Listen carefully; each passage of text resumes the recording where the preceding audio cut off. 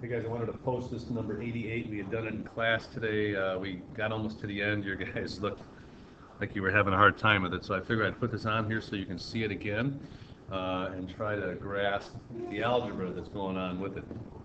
So the function f of x is 4 over x plus 1, and it was we're going to evaluate this difference quotient right here. So the first thing is it says that we have to plug in the numerator f of x, and that's going to be just the 4 over x plus 1. And we have to take and subtract from that function value at 7.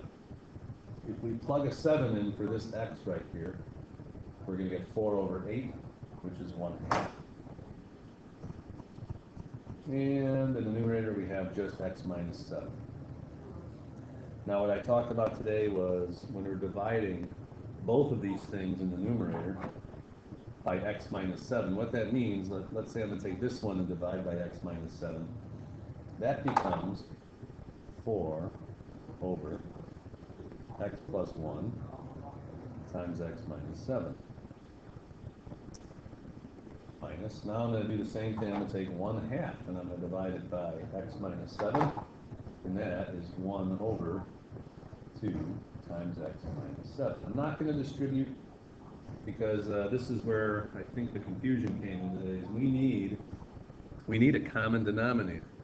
And I gave you an example with numbers on how to do this, but basically this one is going to become, on the left, I'm going to have 2x plus 1 x minus 7.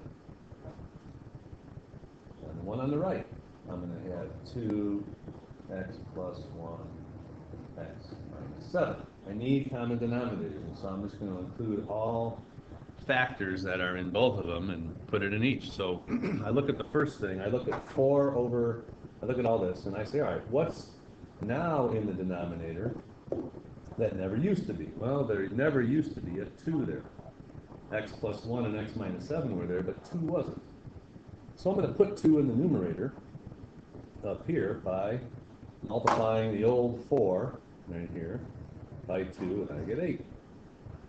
So over here on the second fraction, right now I've got 2 and I have x minus 7.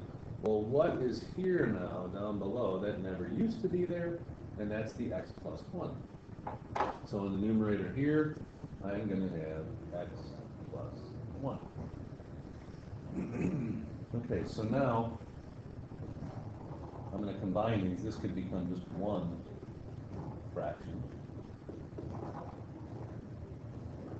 And the numerators are going to be 8 minus x plus 1.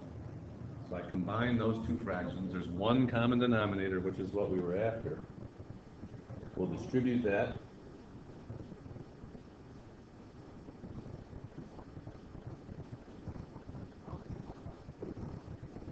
Now this is going to get a little interesting right here.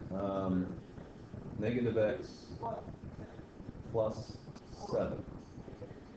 As you do more and more algebra, you're going to learn to recognize this as the same thing as negative parentheses x minus 7. That's the same thing as what I had in the numerator before. I just factored out a negative.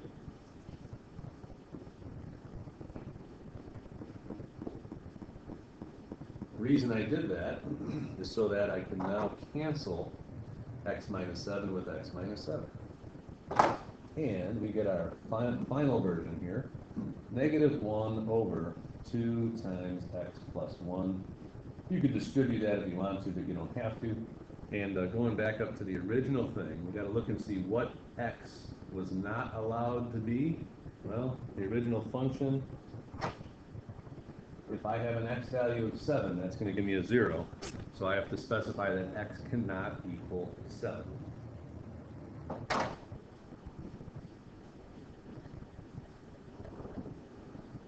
That's the answer.